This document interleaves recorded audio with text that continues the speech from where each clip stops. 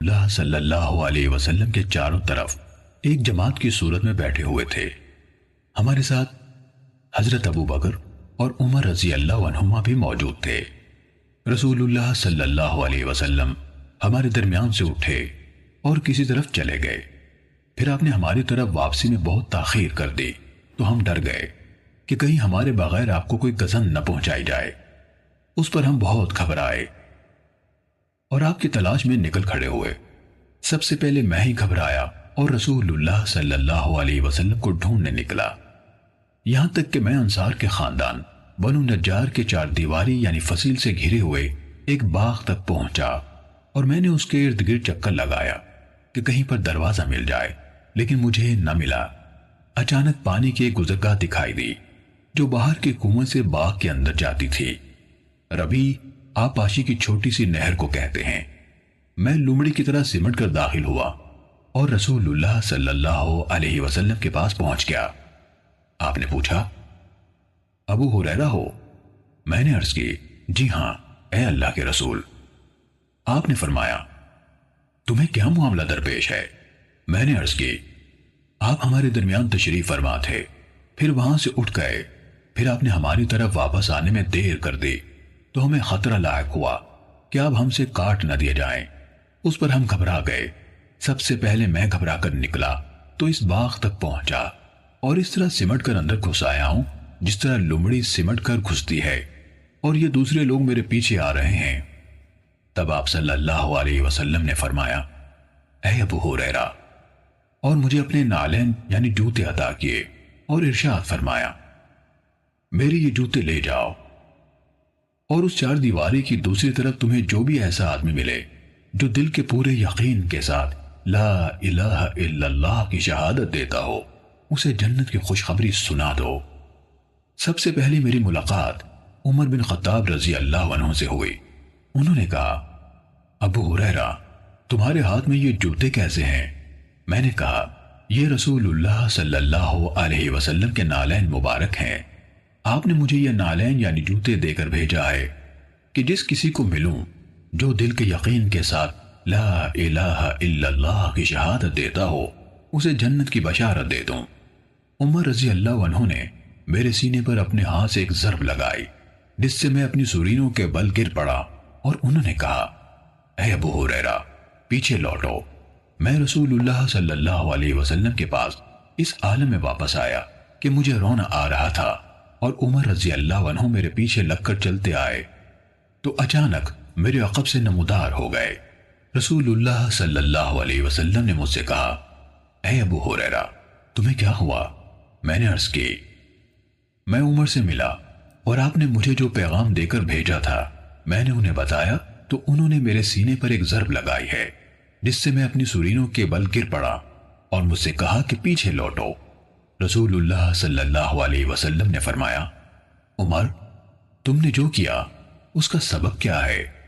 انہوں نے عرض کی، اللہ کے رسول، آپ پر میرے ماں باپ قربان ہو، کیا آپ نے ابو ہریرہ کو اس لیے نالین دے کر بھیجا تھا کہ دل کے یقین کے ساتھ لا الہ الا اللہ کی شہادت دینے والے جس کسی کو ملے اسے جنت کی بشارت دے؟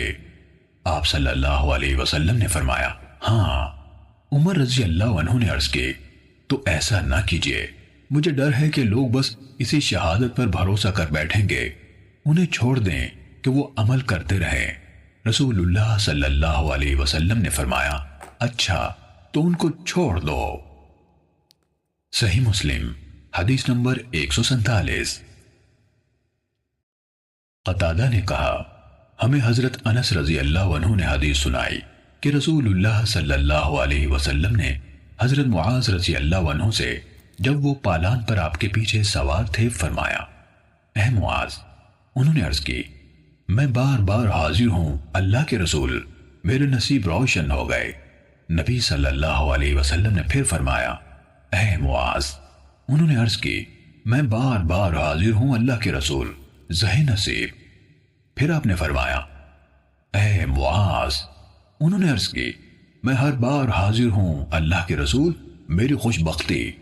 اس پر آپ صلی اللہ علیہ وسلم نے فرمایا، کوئی بندہ ایسا نہیں جو سچے دل سے شہادت دے کہ اللہ کے سوا کوئی معبود نہیں اور محمد صلی اللہ علیہ وسلم اس کے بندے اور رسول ہیں، مگر اللہ ایسے شخص کو دوزخ پر حرام کر دیتا ہے۔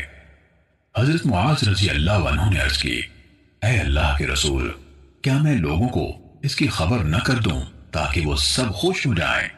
آپ صلی اللہ علیہ وسلم نے فرمایا، پھر وہ اسی پر بھروسہ کر کے بیٹھ جائیں گے۔ چنانچہ حضرت معاذ رضی اللہ عنہ نے کتمان علم کے گناہ کے خوف سے اپنی موت کے وقت یہ بات بتائی۔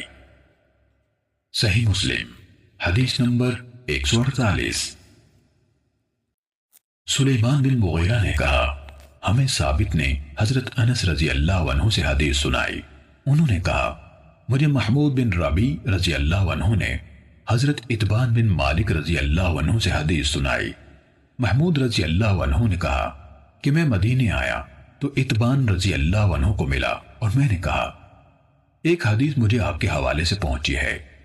حضرت اتبان نے کہا، میری آنکھوں کو کوئی بیماری لاحق ہو گئی تو میں نے رسول اللہ صلی اللہ علیہ وسلم کی خدمت میں پیغام بھیجا کہ اے اللہ کے رسول، میرا دل چاہتا ہے کہ آپ میرے پاس تشریف لائیں اور میرے گھر میں نماز ادا فرمائیں تاکہ میں اسی جگہ کو نماز پڑھنے کی جگہ بنا لوں۔ انہوں نے کہا، رسول اللہ صلی اللہ علیہ وسلم اور آپ کے ساتھیوں میں سے جن کو اللہ نے چاہا تشریف لائے۔ آپ صلی اللہ علیہ وسلم میرے گھر میں داخل ہوئے۔ آپ نماز پڑھ رہے تھے اور آپ کے ساتھی آپس میں باتیں کر رہے تھے۔ انہوں نے زیادہ اور بڑی بڑی باتیں مالک بن دخشم کے ساتھ جوڑ دیں۔ وہ چاہتے تھے کہ رسول اللہ صلی اللہ علیہ وسلم اس کے حق میں بد دعا فرمائے اور وہ ہلاک ہو جائے، اور ان کی خواہش تھی کہ اس پر کوئی آفت آئے۔ رسول اللہ صلی اللہ علیہ وسلم نماز سے فارغ ہوئے اور پوچھا، کیا وہ اس بات کی گواہی نہیں دیتا کہ اللہ تعالیٰ کے سوا کوئی معبود نہیں اور میں اللہ کا رسول ہوں؟ صحابہ کرام نے جواب دیا، وہ زبان سے یہ کہتا ہے لیکن اس کے دل میں یہ نہیں ہے۔ آپ صلی اللہ علیہ وسلم نے فرمایا، کوئی ایسا شخص نہیں جو گواہی دیتا ہو کہ اللہ کے سوا کوئی معبود نہیں اور میں اللہ کا رسول ہوں، تو پھر وہ آگ میں داخل ہو یا آگ اسے اپنی خوراک بنا لے۔ حضرت انس رضی اللہ عنہ نے کہا، یہ حدیث مجھے بہت اچھی لگی، یعنی پسند آئی، تو میں نے اپنے بیٹے سے کہا، اسے لکھ لو۔ اس نے یہ حدیث لکھ لی۔ صحیح مسلم حدیث نمبر 149۔ حماد نے کہا،